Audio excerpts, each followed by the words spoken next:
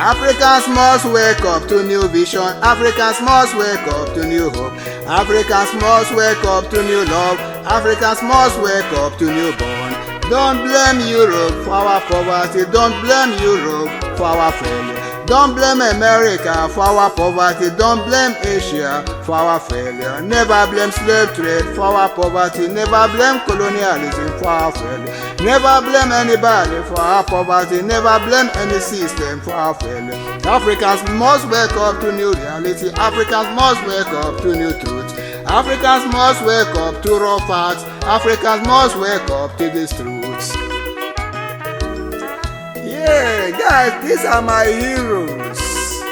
The heroes of our world. But before you listen to this, can you take this? Hey, Keitama, take back the United Kingdom to the European Union for a more robust, ironclad, and strong defense of the UK, as well as for the defense, security, and peace of Europe. In the same vein, I urge Jonas Gahr Store to take Norway to the EU.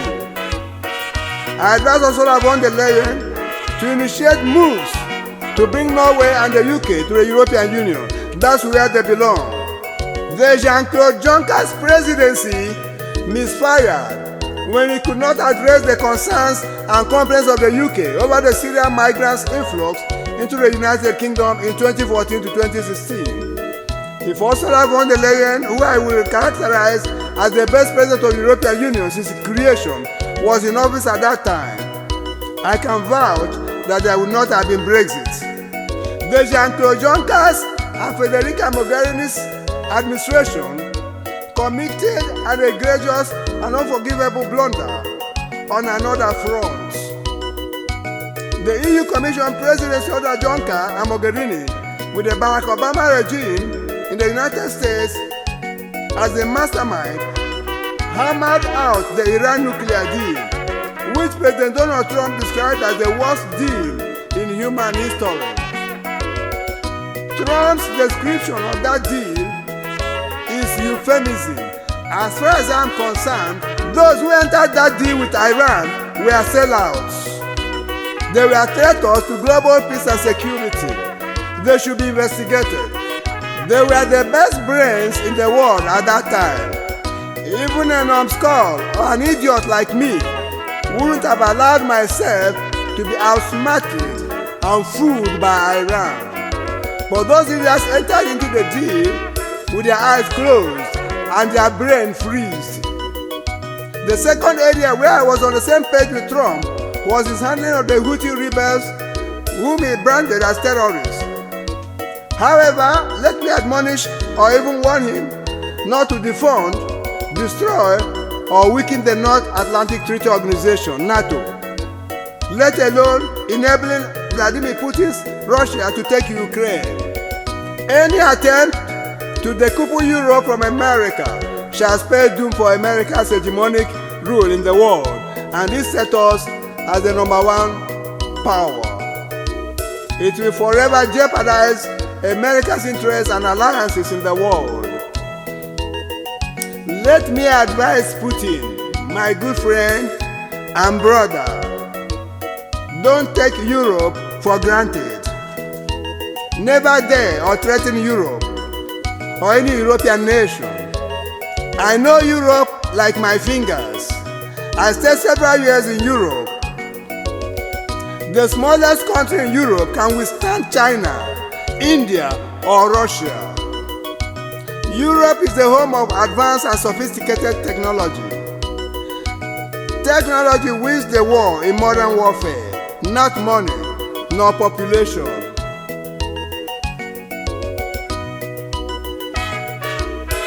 Europe is also the home of civilization and high culture.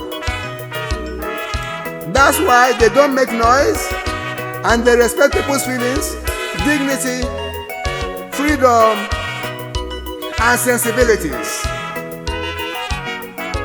Former US President Joe Biden shall be remembered forever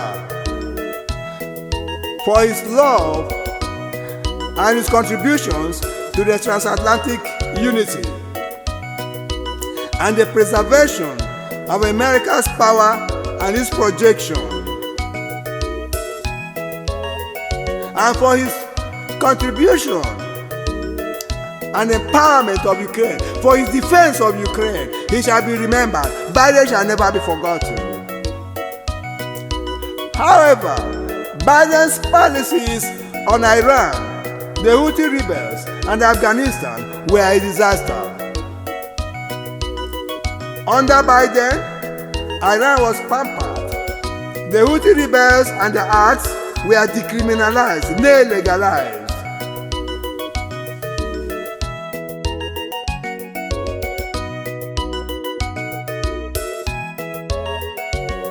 I advised Trump to revisit the U.S. policy on Yemen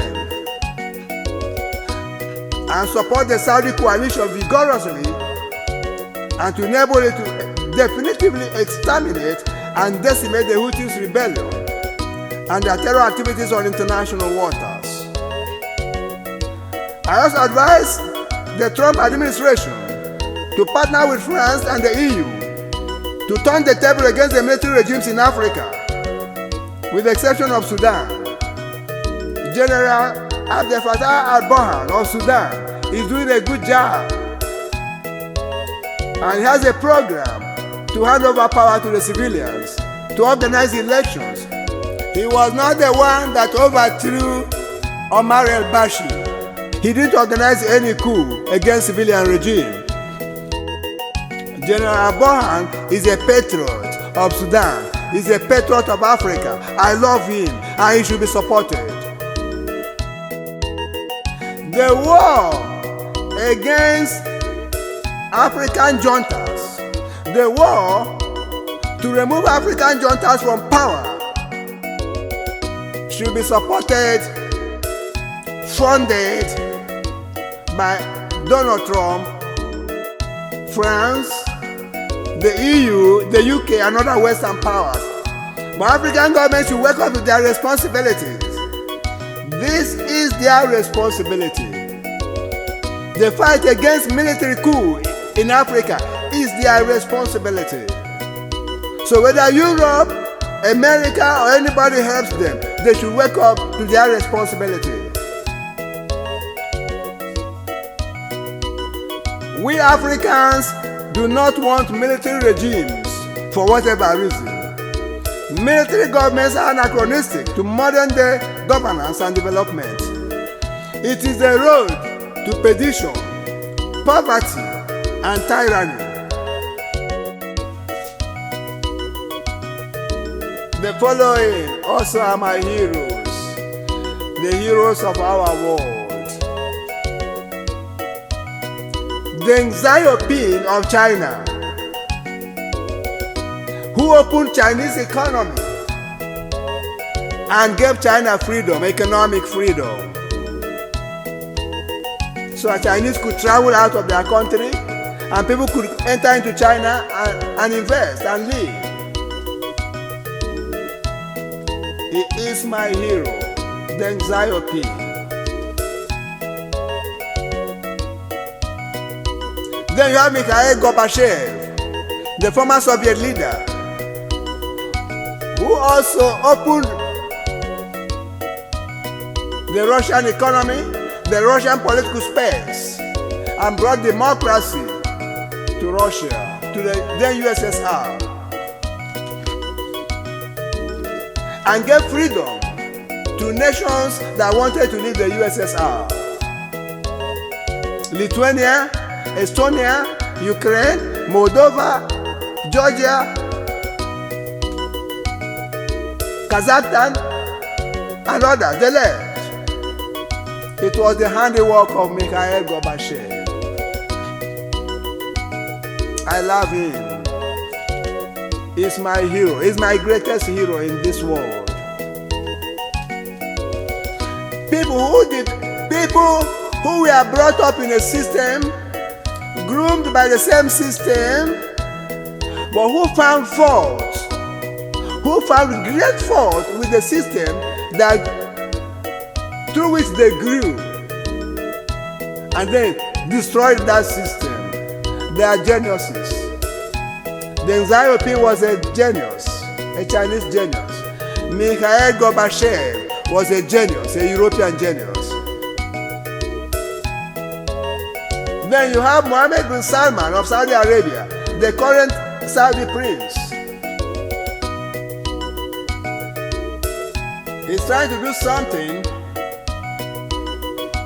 that will reverberate in the whole of the Arab world, in the whole of Asia,